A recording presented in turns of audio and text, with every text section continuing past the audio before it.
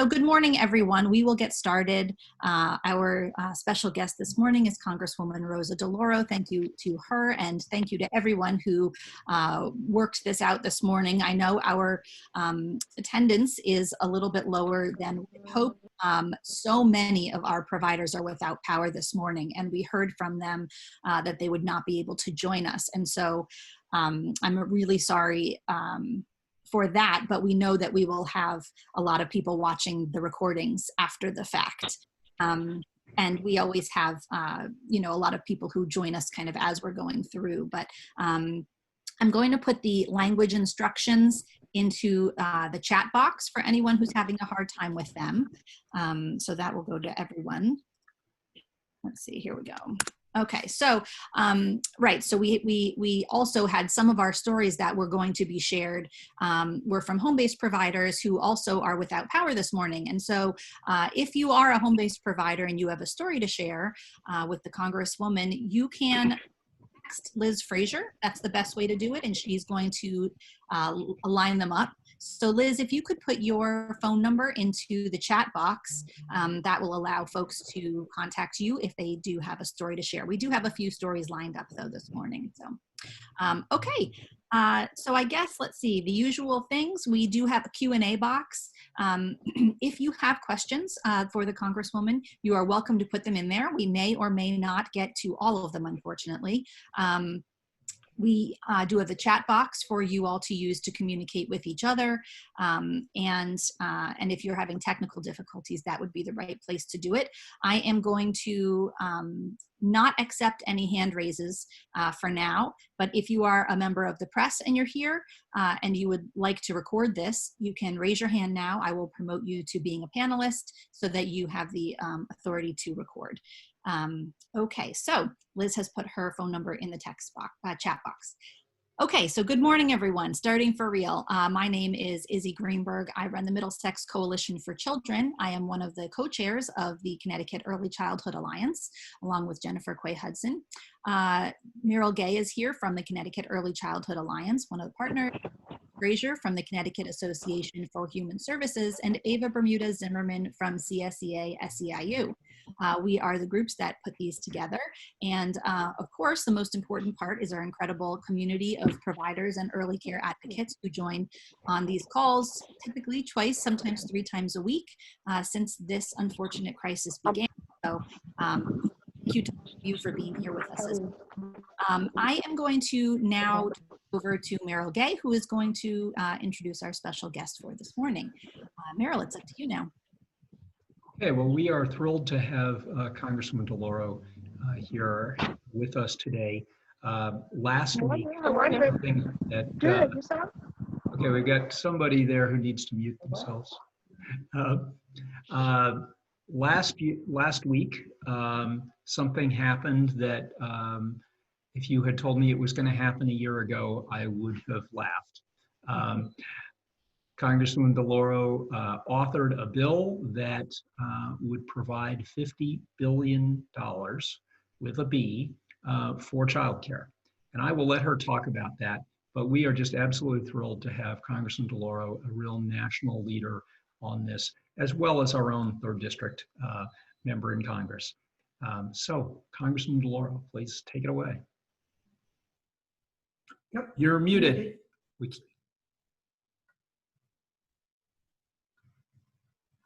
Is it the Spanish language? I think it may be that you, if you go to the language settings, click interpretation, and then English.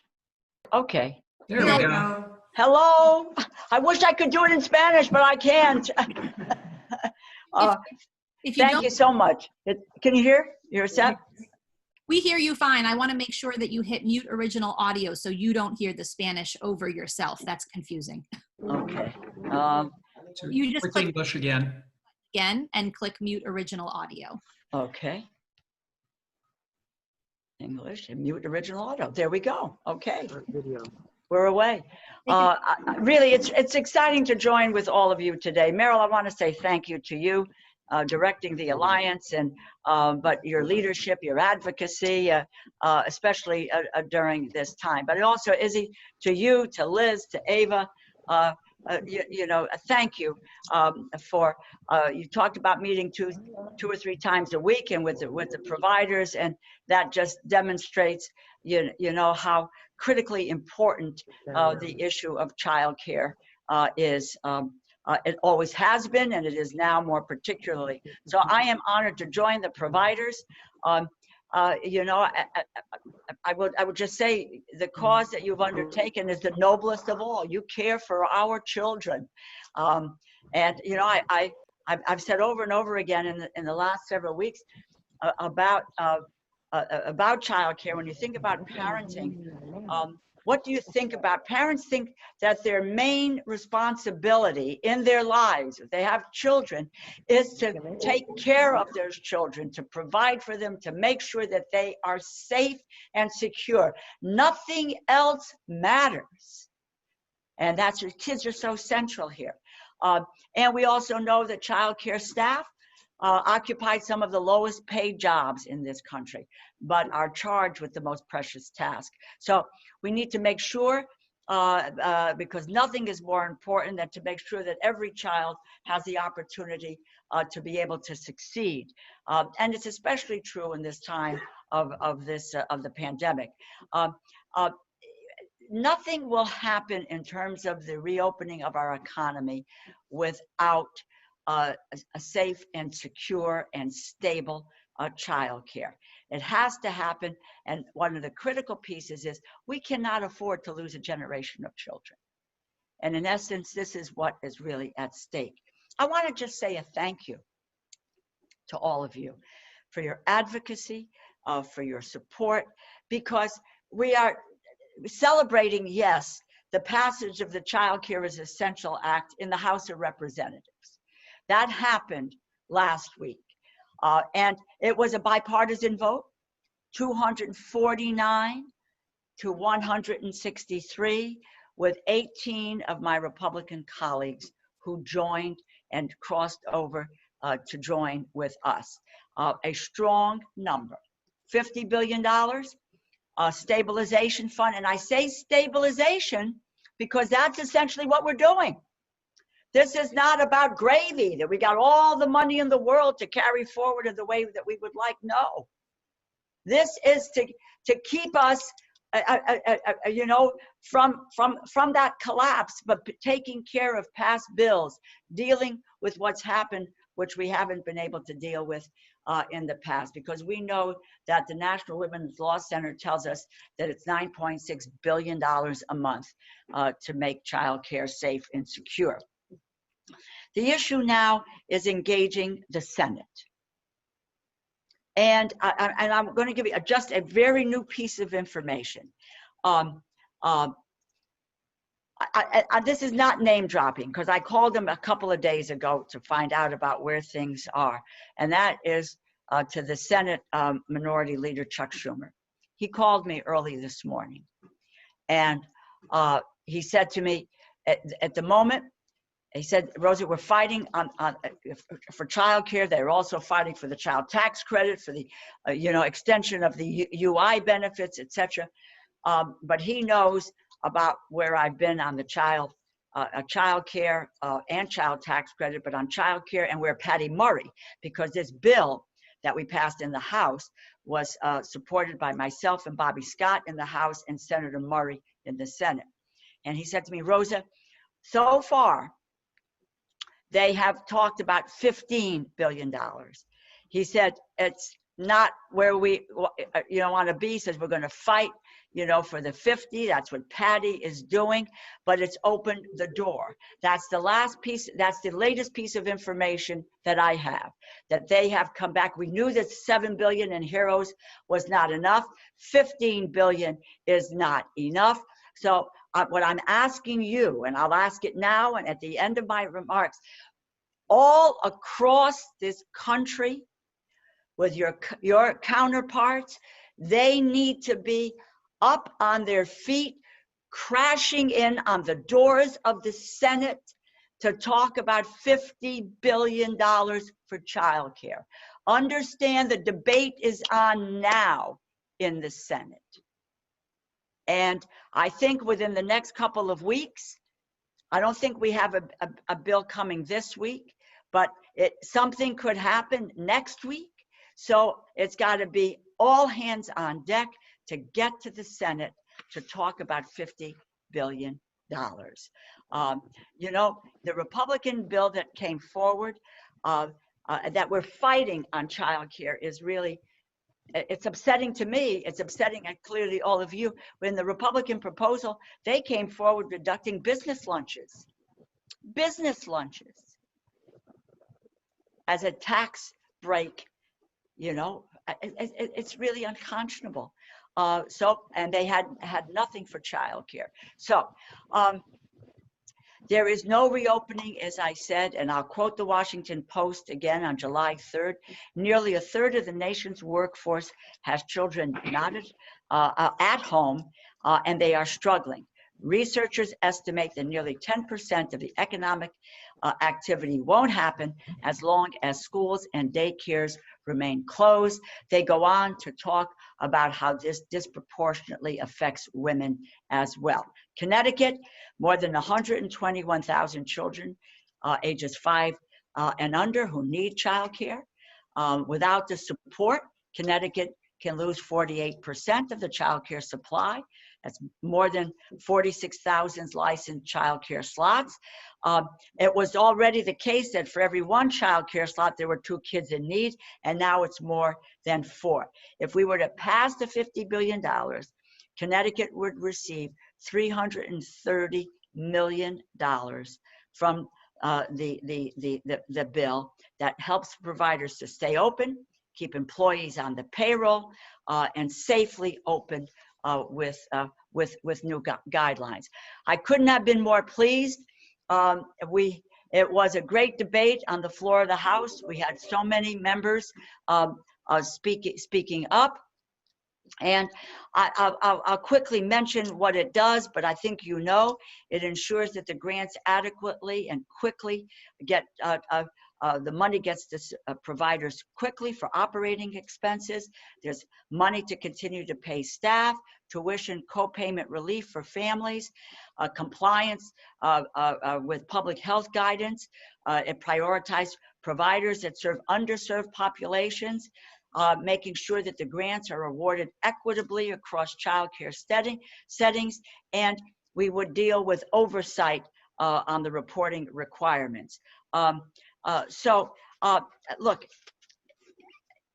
you kind of try to look for the silver lining in these catastrophes, but you know, my hope, I think that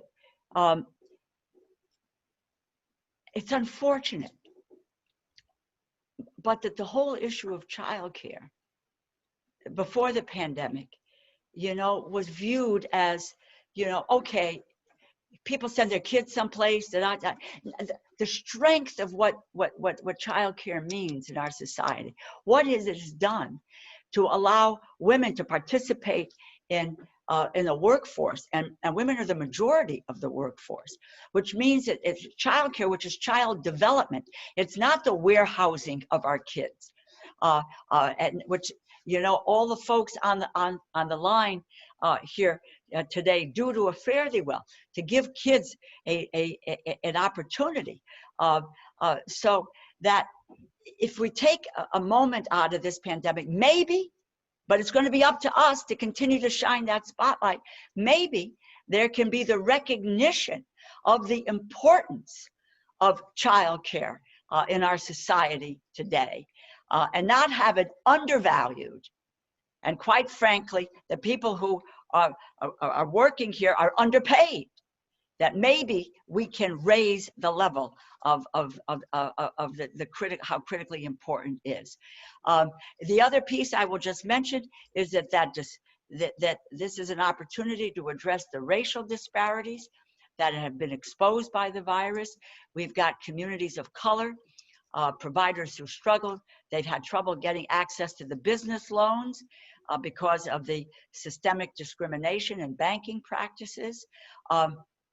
We have seen, we've known about food deserts. We're now finding out about childcare deserts, where where areas that just don't have any childcare opportunities at all. So for communities of color, we need to act now. I will, you've heard me say this, but I will repeat it because you've got to get on the phone with people or email them so that they're coming out of the woodwork. We bailed out, and look, we understood that the airline industry needed help, okay? $60 billion. We understood that our small businesses are having difficulty making it. Over $600 billion for the PPP program. So people have said to me, well, what about the childcare folks? Couldn't they take advantage of the loan? It's my understanding that 39,000 providers got $2.3 billion, which is about 5% of the billions that were part of the PPP program. There is also, you heard me say it before, I'm going to keep saying it till the cows come home. There is in this legislation $135 billion for a tax break for 43,000 people.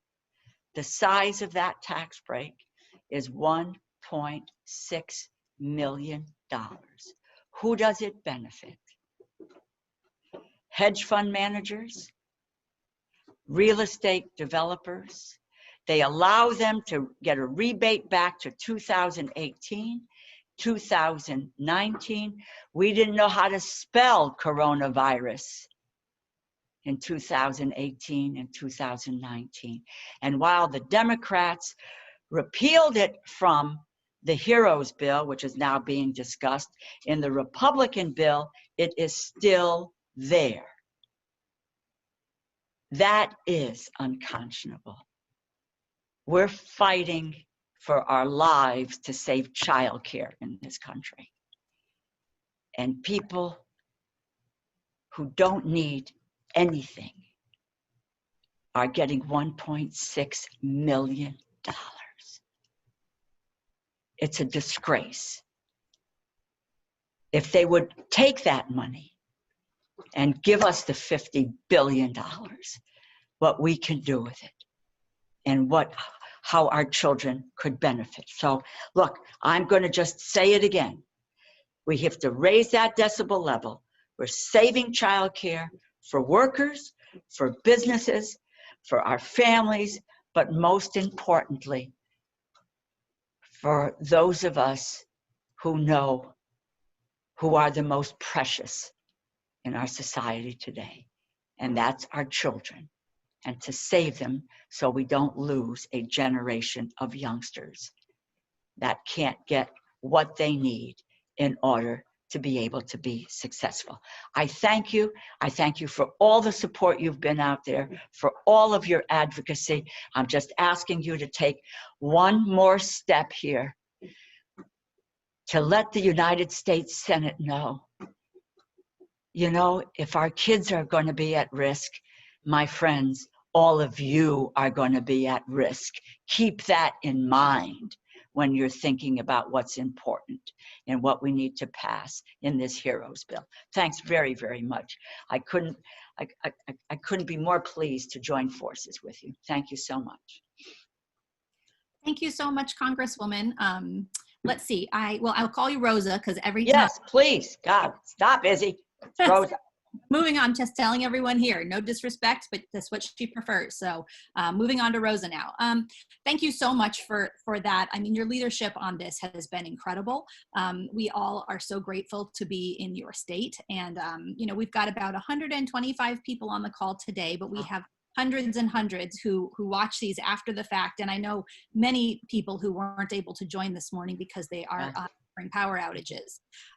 But the community that supports you and appreciates you is huge. There's a lot of comments coming through in the Q&A, which I will send to your staff so that you have access to them.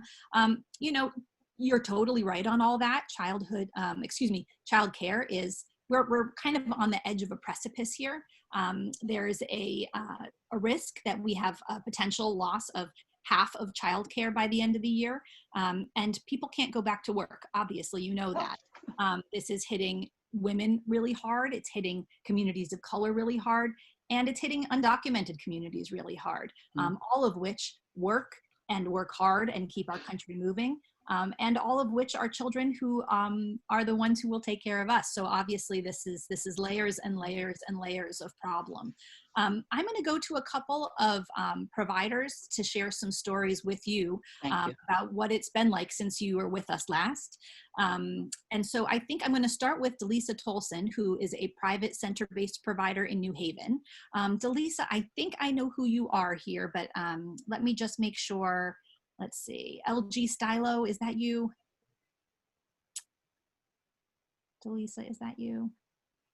I think it is. Okay, so I'm just going to ask you to join now and tell your story if you can. Let's see if I can unmute you. It looks like you may be having a hard time with that. Okay, you know what? While we get that worked out, I am going to go to our next provider, Carly Adams from Children's Day School, which is a nonprofit provider in Greenwich. Carly, can you turn your video on and join us? Yes, good morning. Can you hear me? I can hear you. Great, thank you. Okay, thank you. Good morning, Congresswoman DeLauro, or Rosa. It's hard for me to say like that. And everyone else joining this call. Thank you, Congresswoman, for your continued relentless support of the early childhood industry. We greatly appreciate it. So my name is Carly Adames. I'm the Executive Director at Children's Day School in Greenwich, Connecticut. We serve approximately 200 children and families at 2 campuses in town. We are a full-day, year-round program that provides high-quality care and education for children ages 0 to 5. We are open for a 10.5-hour day in order to support working families in the Greenwich and Stamford area. We do offer scholarships for qualifying families, but most of our families are full-paying families, so our school is primarily sustained by tuition fees paid by parents. During the pandemic, we lost approximately $670,000 in tuition revenue. We're so grateful that we were able to obtain the PPP loan and continue to keep our teachers on payroll throughout the pandemic. I don't know where we would be today without that. We also provided remote learning via Zoom during our brief closure in order to maintain social connections with children and families and to engage children in remote learning. So it doesn't matter what the demographic profile of a community is. If the numbers don't work, we cannot operate. As Izzy said, we are a nonprofit organization with a break-even budget, and our PPP loan ran out at the end of June, and unfortunately we've had to furlough about 30% of our teaching staff. Although we reopened June 15th, many of our families are understandably scared and hesitant in sending their children back to school. So only about 40% of our regularly enrolled children have returned since our reopening. And as a result, we've lost another $270,000 in tuition revenue this summer. Our organization does not receive state funding such as Care for Kids or school readiness funds to help keep us afloat. And I do know that many of my colleagues on this call are in the same predicament. I don't know where we go from here. In order for us to maintain a viable program and a break-even budget, we need to maintain 95% enrollment of our capacity.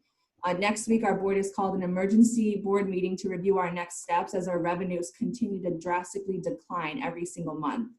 We do have more children that are planning to return back in September, yet day by day, families are withdrawing in fear of the uncertainties of the next year, particularly with the upcoming fall and winter months.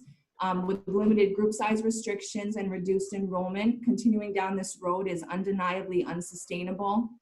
The pandemic has also increased other expenses, of course, such as PPE for teachers and additional cleaning supplies. These are significant expenses. We've been advised that air circulation and air purification is very important in preventing the spread of the virus, especially in enclosed settings like our classrooms. But unfortunately, at this point, we can't even afford to buy air purifiers for our classrooms. As we approach the new school year, we frequently hear K through 12 teachers voice their concern in returning to the classroom in person. I'd like to know early childhood teachers too have voiced their concerns. The driving force for K through 12 teachers in determining whether or not to return to in-person instruction is health and safety. That's it. Whenever in-person instruction resumes, the schools will be there, the funding will be there, and operations will resume. On the contrary, many early childhood providers, our decision to open is partially being motivated by financial stability due to the lack of funding from other sources other than revenue. We don't have the luxury and assurance of knowing that whenever we return, operations will resume as usual.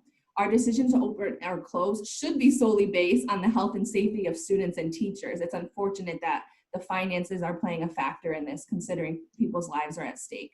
It's important to note that children under the age of 5 carry 10 to 100 times the amount of virus than adults without showing symptoms. That's the age group that we work with.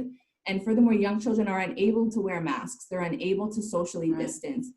Due to the nature of our work, we come in frequent contact with children's bodily fluids. Just yesterday, I picked an infant up. She sneezed right in my face, right onto my mask and in my eyes. Despite these heightened risks, it is somehow deemed safe for early childhood teachers in these settings, but it's unsafe for K through 12 teachers in schools. This blatant disregard for the health and safety of early childhood teachers speaks volumes. As precisely stated by another director in yesterday's New York Times article, quote, "There's a disrespect to early childhood and out of school time providers that's inherent in assuming we're going to make it work for everybody without giving us funding or support." And we usually do, but frankly, right now we're at the end of that road. Every week I receive emails through a statewide distribution list announcing another early childhood program is closing its doors permanently. It's like witnessing a slow and painful death of the early childhood industry, a field which I love and chose as the most fulfilling career I could possibly imagine in my life.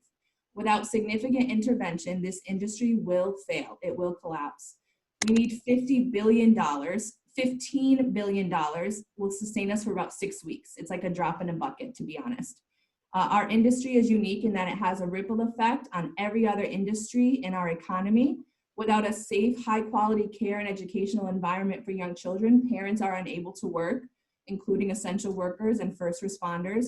This problem affects all children and all families, regardless of their political affiliations, and in red and blue states alike. It does not matter. We need the Child Care is Essential Act to pass. Thank you so much for your time and the opportunity to share my story. Thank you, Carly.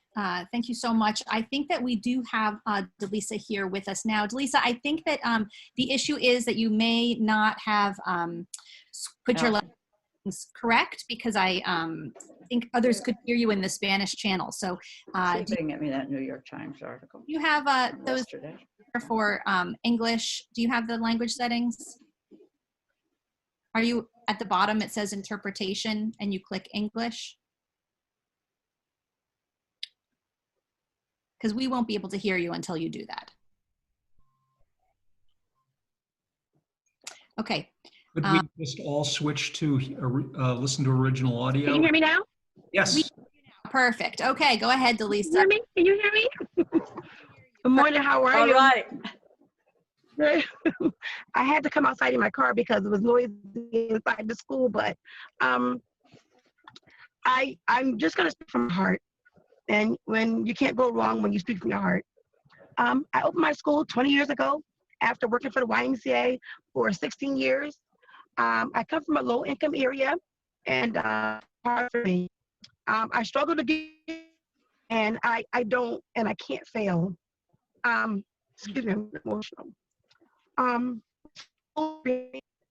Can't see it. Delisa, I'm going to stop your video so you get better quality on your audio, because we really want to hear you. Can you hear me? Yes, please continue. I've stopped your video just to get better quality on your audio, so please continue. Okay. So as I was saying, I work at the YMCA for 16 years, and I got myself to a place where I can own business and be the first one in my family to own my own business. And I started my school. Preschool kids, I had 8, and I got myself to 25, and at some point I got myself to like 38, and then I even changed my program from preschool to after school and then summer camp, And I've been doing very, very, very well for myself. The first person in my family to ever own a business. And I got myself in my family where I wanted to make changes, and others have come up and follow me. I have a daughter as well who works along with me. She's the head teacher. I'm a director. We're in a low income area, and the whole community depends on me. I cannot let them down. And I feel like I'm failing them right now. With all what's going on, the little bit of monies I've been given, when I tried to take advantage of the loans, everything was either used up and I couldn't get a hold of it because there was no more money available. And or what they did give me was so small, it was not enough to do anything with. I did what I was supposed to do. I paid my employers throughout the whole pandemic from March through June. I kept paying them. We opened back up for July 29th. We're doing preschool camp now, what we're calling it. And we're still struggling. I'm trying my best to stay afloat, but I need help. I really do. I refuse to fail. I can't fail. And I'm begging for the law to change, for someone to do something to help me keep my business and not dream. That's the best I can say. I'm sorry. Thank you, Delisa. No, it's incredible. I want you to know that so many people on here share exact feelings, and you are failing no one. This system is totally failing you. So, Congresswoman Rosa, I'm going to turn it to you for now, and let you give some responses to our provider. Just to both, we can't let you fail. We cannot let you fail. That is what my job is. That's what the job of the Congress is. It is extraordinary that, and I think that we have an underlying piece here that we're finding out about our society, which is what is valued in our society today.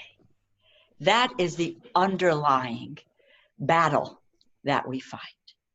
And when you take a look at how we need to struggle, and the things that we are struggling to try to do is to make sure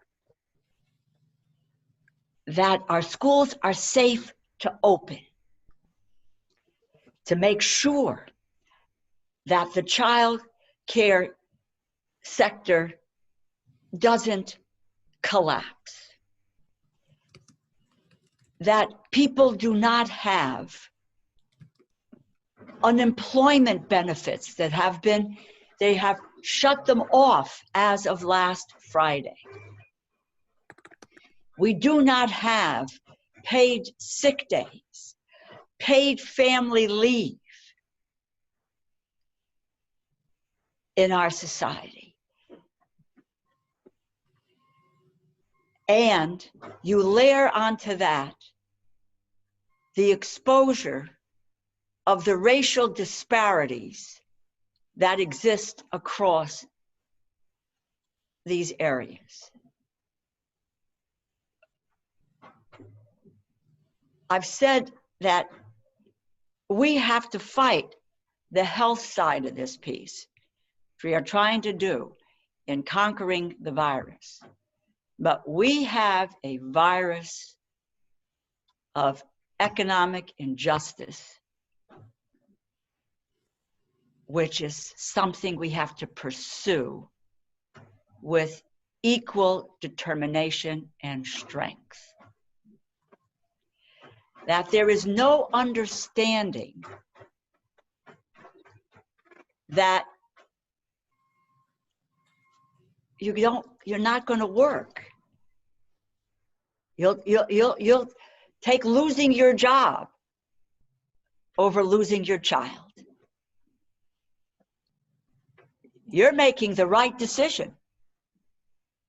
And I'm dealing with people who just don't believe that government has a role in these efforts. Nor are they guided by science. They refuse to believe that science is the directive, public health officials are the directive, or that the government it's more fundamental. If they would say, well, we can't do as much, they don't believe in it at all. They don't believe that the government should be a part of the solution to the challenges that people are facing today. But I look, Meryl, you said something at the outset. I had worked hard. We only had $3.5 billion in the first CARES package. I worked hard to get $50 billion into the HEROES bill. I was not successful. We got 7 for whatever the reasons were. But we came back and said we needed an emergency bill, $50 billion. We introduced it in the House. It's been introduced in the Senate.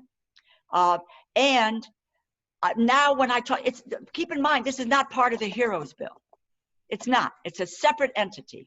But when I look at the rays of hope, because we have to be optimistic, we do, and that it is now when the leader of the Democrats in the Senate says to me, Rosa, the child care piece is on the table.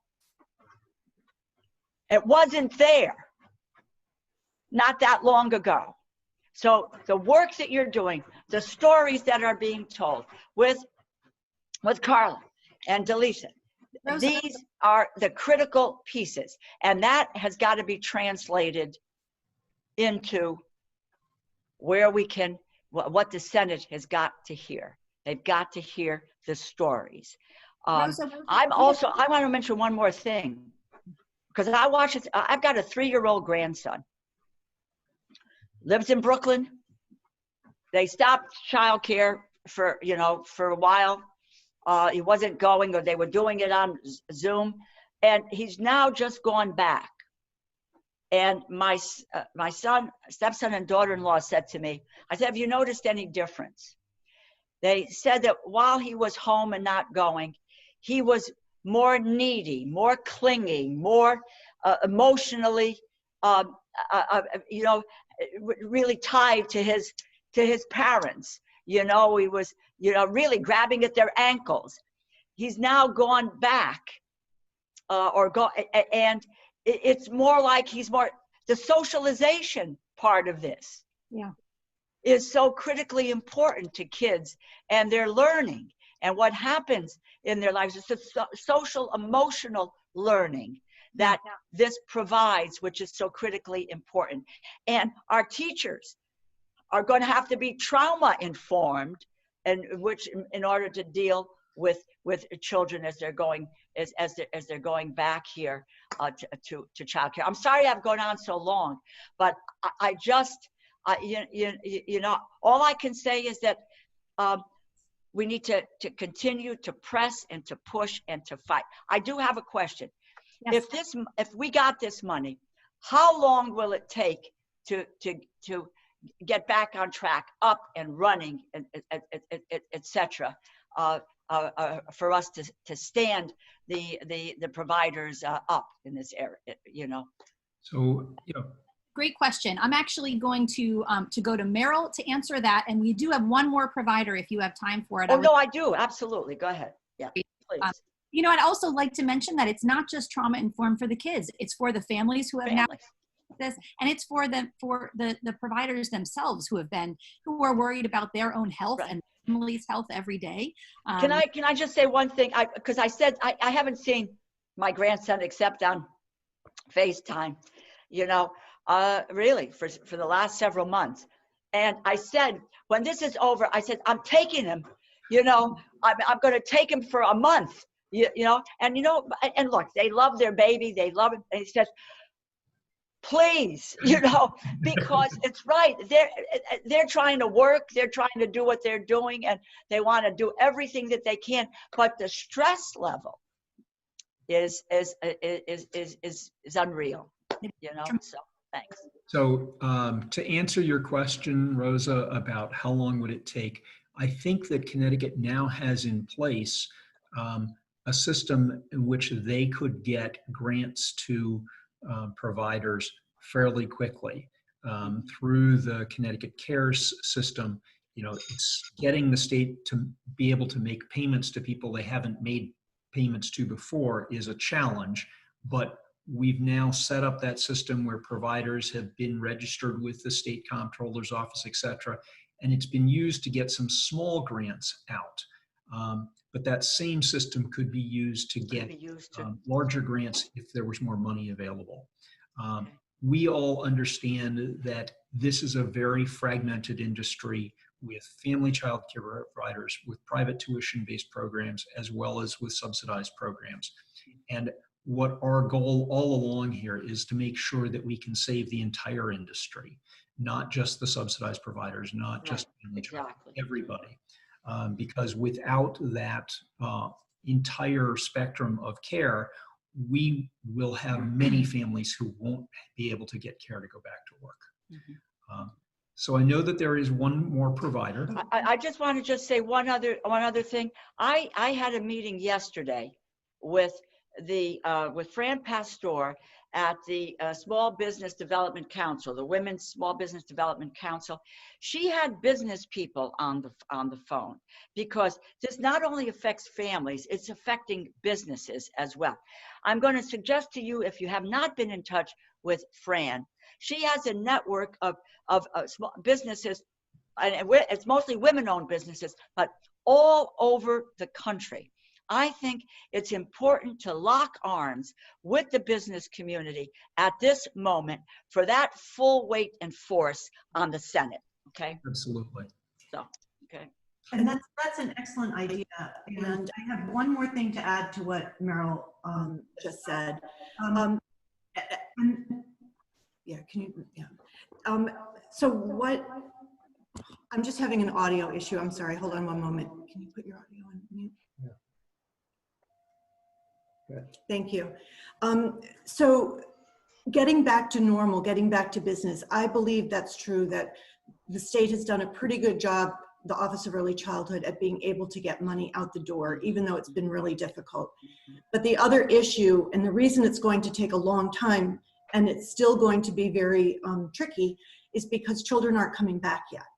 And until parents feel that it's safe, they are not going to be coming back. So that is why, of course, the stabilization money is just so important, because even if we can get money out the door in the short term, that's great. But if kids don't come back, we're not going to get it back. And we just need a healthy state, right? So we need for testing, we need a government that's responsive, and others. So and Connecticut is doing better than others, but we're seeing what's happening around the country. And that's the other area. If you do not have any centralized control of what is going on, and you abdicate your responsibility for what's happening, this is the kind of chaos that we have, that every state, every community is out there on their own. Anyway, so. That's right. Okay, thank you. We have one more. Julie Clark, if you can unmute yourself, you can share your story. If you have video, you could do that too. Julie, are you available?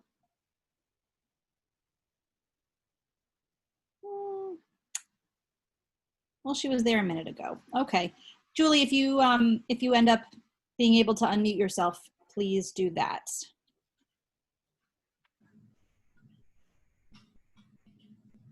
Okay, well. So let me just thank Congresswoman DeLauro. Rosa, thank you so much for your leadership on this. Thank you. We were on a call yesterday with our partner organizations around the country. We will all be working hard to pressure the Senate, and you know, this is the COVID relief package is the only game in town here. That's right. That's it. And so we, you know, just ask you to really, you know, go to Speaker Pelosi and Senator Schumer to make sure that they understand what is at stake at this. You know. I think Julie may be able to join now if okay. Yeah. Julie, can you join? Maybe not. Maybe not. Are you in the, did you do your language settings? You did English? Make sure you click English. Okay, we also have Queen Freelove here if we want a home-based story, Meryl. Do we have time for that or no? It's really a matter for Congressman DeLauro. Rosa, what's your? Let's try. I'm running. I have to actually do. Other concern is with the census. I'm doing a press event with the lieutenant governor because we got. That's what they're doing. They're stopping the counting a month earlier so that we won't. Potentially, we don't have an accurate census anyway. So go ahead. Let's go. Let's Okay. do it. There, Queen. Can you join us or no? All right. Hi, Queen. Are you there? All right. Well, I'm not able to get it to work, but Congresswoman, we so appreciate your time. You know, everything that you do is what we need, and we're all so grateful. You know, let me say to everyone out there that if you have stories that you want to share with the Congresswoman, you can put them into the Q&A, and I will be sure to get anything you share in there. Please. Her staff. And so if you have your own story that you would like to share, this is an opportunity to do that. So please put that into the Q&A. So that's great. Anyway, Congresswoman Rosa, we are so grateful for you, and we will do our best to get to the Senate. We've got a great provider community here that have been working hard, that are really united in a way that, you know, the good unintended consequences of tragedy is that sometimes it brings people together, and our community is really strong as a unit right now. And, you know, we're pushing, and we'll do everything we can to support you. I just really appreciate your time today. Thank you. And I will give Fran Pastor a call. Link arms, storm the Bastille. That's all I can say. Let's go. Thank you. Love you guys. Thanks for what you do. Bless you. Stay safe. Everyone stay safe. Yes, thank you again. Okay. Okay. All right. So thank you to everyone here also, and please don't hesitate to share your stories, even if it's just a thank you, or we need more, or whatever it is. Put it into the Q&A, and I will be sure to get that to her. Meryl, Liz, Ava, did you guys have other things you wanted to go over this morning? Yeah, I just wanted to give press an opportunity to ask any clarifying questions, or if there are press on the call who would like to ask a question. Great. All right. So if you are a member of the press, you can unmute yourself, start your video if you want to do that, and you can jump in. I will continue to moderate. You can also private chat me if that's an easier way to do it, and let me know that you have something that you'd like to ask if that's easier for you. But don't use the Q&A. I won't be able to see it. All right. And then I just wanted to give an update on where things are in Congress. Hold on, Meryl, did we want to have any of the providers share their stories for the press who are here, even though we don't have Congresswoman DeLauro with us anymore? We have other providers who would like to get on. I think Julie was having trouble unmuting herself. So we have Julie and we have Queen. I think Queen is still here and willing to share her story. I think there was two, but I can try to work that out. Okay. All right, Queen, I'm going to try to promote you to panelist one more time and see how it goes. Izzy, I think if Julie can, let's give Julie one more chance, because she's got to be off at 10:30. Okay, Julie, are you available to share your story, or whoever's here? I don't think she's here anymore, guys. Maybe she's logging off and trying to get back on. Too much of an issue, but Queen, are you there now? Nope, I don't see her either. I don't know what, we may be having a technical issue with that today. I know a lot of people are without power and strong internet. So, but if anyone has questions for Carly or Delisa, I believe they are still there as well. And we definitely have a lot of providers here listening that could answer questions if anyone has them. But she's still here. Queen's still here. I don't understand where she keeps going. I'm sorry, Queen, you keep disappearing from my view, and I don't know what is going on here. Let me try one more time, okay? If she's in the participants, and you need to promote her back into. Yeah, that's what I did. It says you'll be joining the webinar as a panelist. All right, Queen, I see you now, so go ahead. Make sure that you have your language settings set to English.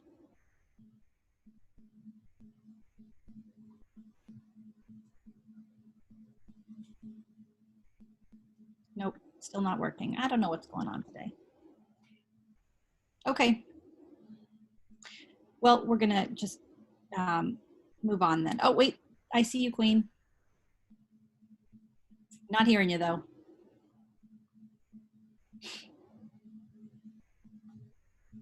I think that if you click interpretation at the bottom and then click English, it'll put you into the English feed. I think that may be the issue. And then, you know, go ahead and mute original audio again.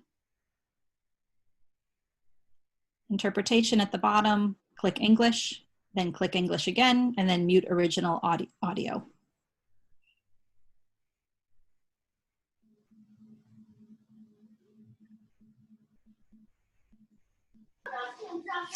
How's that? Gotcha. Yeah. All right. You can hear me?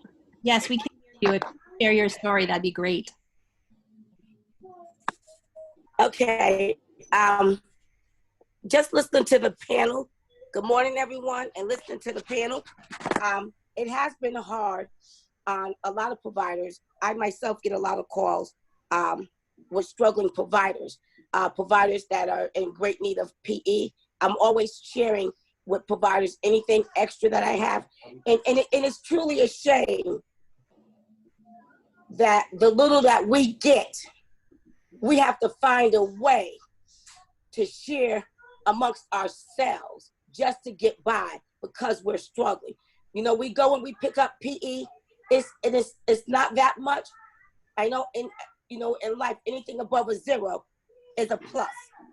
But the pluses that we're getting, excuse the noise, as far as PE, PPP, it truly isn't enough for us to survive.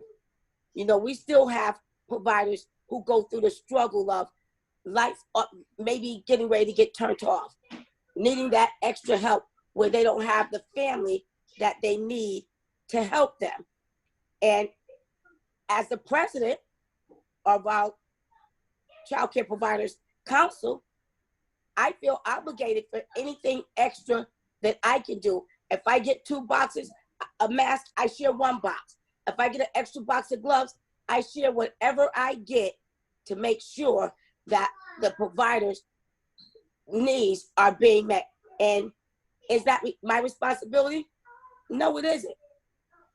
As a president, I do feel obligated and responsible to always speak up for all the providers because we're struggling. This is a struggling time for everybody.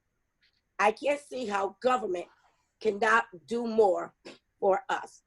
You know, we're trying to put together a program where we can have a teacher come into our homes for Zoom, which is some things that we did want to discuss with OEC about, because a lot of providers need help. We need help because we're teaching kids on different levels. We need more funding. We need more assistance. We need more PPE, PPP, PPE, and we need to make sure that we are all feeling that we are valid in this thing, because times right now is already hard. We need to know that everyone cares about the job that we're doing, not just the parents, but the world, because these children are our future, and we have to get it right, because we don't always get second and third chances. You got to get it right in the beginning. And child care providers, centers, and in-home providers are the beginners. Thank you for listening. Thank you so much. Absolutely right. Exactly. Mute. Oh, you got it. We haven't really talked about that. We have to get it right the first time. I mean, children, it's not like you get a do-over. You know, their brains are incredible, but trauma is trauma and difficulty is difficulty. And you sort of, I don't want to say you get one shot, but when you mess up, sometimes you mess up, right? And like when the whole country is going through this, I worry that we have a whole, as Rosa said, you know, kids are stressed out right now. It's difficult to be in this situation for them, and they don't know why.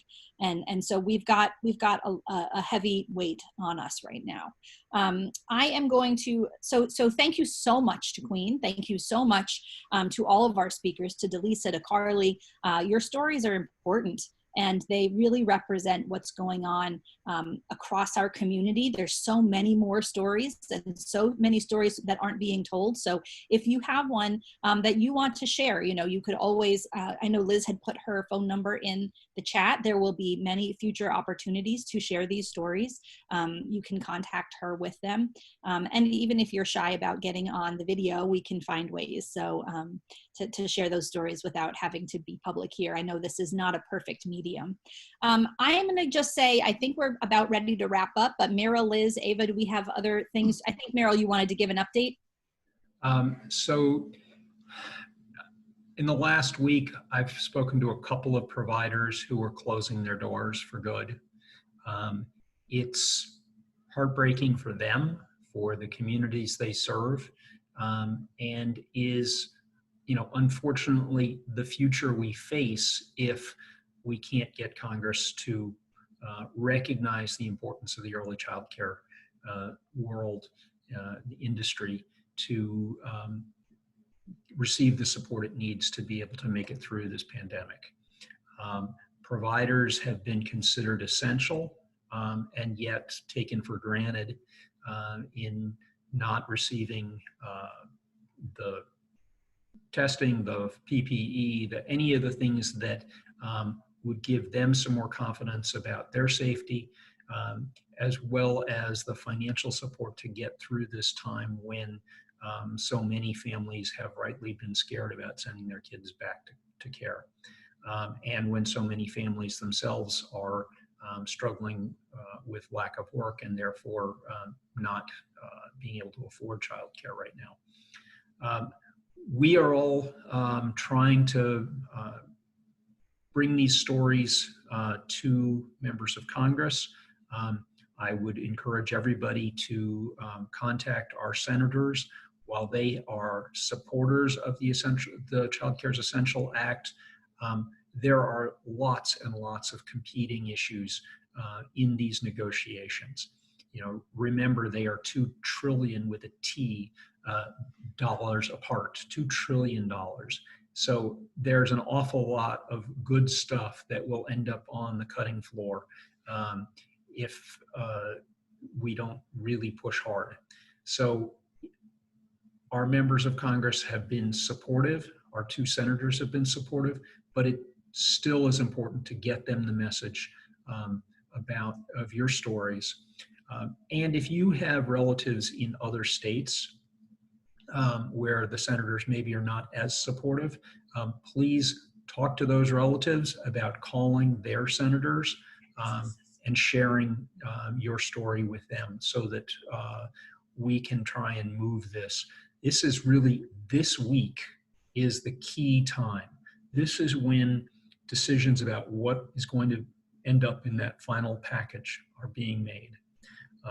So I just, you know, we're all busy. We've all got storm damage to clean up, all that sort of stuff.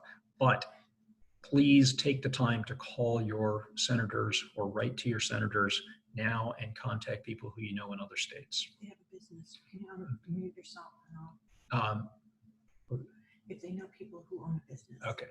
If you know somebody who owns another kind of any kind of business, please unmute yourself and no, okay, no, I'm sorry. Can you mute yourself? Okay, I'm trying to understand. Liz is trying to. Okay, so we, as many of you are making accommodations this morning because of the storm, we are as well. Everybody's in make-do offices. So Liz and Meryl are competing for audio space here. All right, Liz, I'm gonna go to you next. All I wanted to say was, hold on one moment. Meryl, just turn your volume down. Yeah, that's what I had him do. Yeah. Okay, no, What the heck? Why is it not working? Okay. Right again. Hello. Okay, now it works. Thank you. All I wanted to say is that Rosa also said something else extremely important. While we should all call businesses also, if you have a business owner that you know, someone in your family owns a business, not childcare, any kind of business, your suppliers that you buy supplies from, where you get your coffee, anything that you do for your business through another business, call them and give them the information as well to call the senators. When they start hearing from others, not just the childcare community, but businesses, that will be really impactful. And again, any state, because in our state, we know that we have champions in our senators. However, other states, especially those with more of the staunch conservative folks, are not willing to fund early care. It's just that simple. And if you know people in other states, southern states, Midwestern states, ask them to call their senators, like Meryl said, but also if they own a business, have business owners call. It's really, really important. And we will do, as Rosa suggested, and get in touch with Fran and see if we can start getting others in our state as well to call. So, yeah, great. Thank you, Liz. I see some comments that we're making people smile this morning, but you know what? Everybody, we're making it work. We're here together. It's imperfect, but we're here together. Meryl, did you have? oh. You unmuted yourself, Meryl. Did you have something else to add? No, I was trying to unmute you so I could actually hear you. Oh, well, hi. Okay, so continuing to make people laugh with our ridiculous Zoom. So again, before you all log off, I just want to encourage you to share stories that you want with Rosa, our Congresswoman, Rosa DeLauro. You can put it into the Q&A. That is the right place. I will copy all of that and send it to the Congresswoman and her staff so that they have all of that. You know, again, notes of gratitude, anything that you want to share. I'll just say one more time, are there any members of the press who have any questions before we log off? You can unmute yourself and ask. Okay, that's fine. And of course, if you are there and you have Liz's phone number in the chat, you can always get in touch with us after the fact if you need to. So again, thank you to everyone who was able to be here. I hope that whoever is here was able to weather the storm well. I hope that you've stayed safe. I hope that your properties are intact. And I hope that if you've got damage to clean up, that it goes smoothly. Thank you to everyone, and we will see everybody on Monday at 9:30. Is that it, guys? Anything else to say? Okay, great. David We'll see. saying something. What's that? Waving goodbye. Okay. All right. Thanks, everyone. Have a great rest of your week. I hope you have a relaxing weekend, and we'll see you on Monday morning.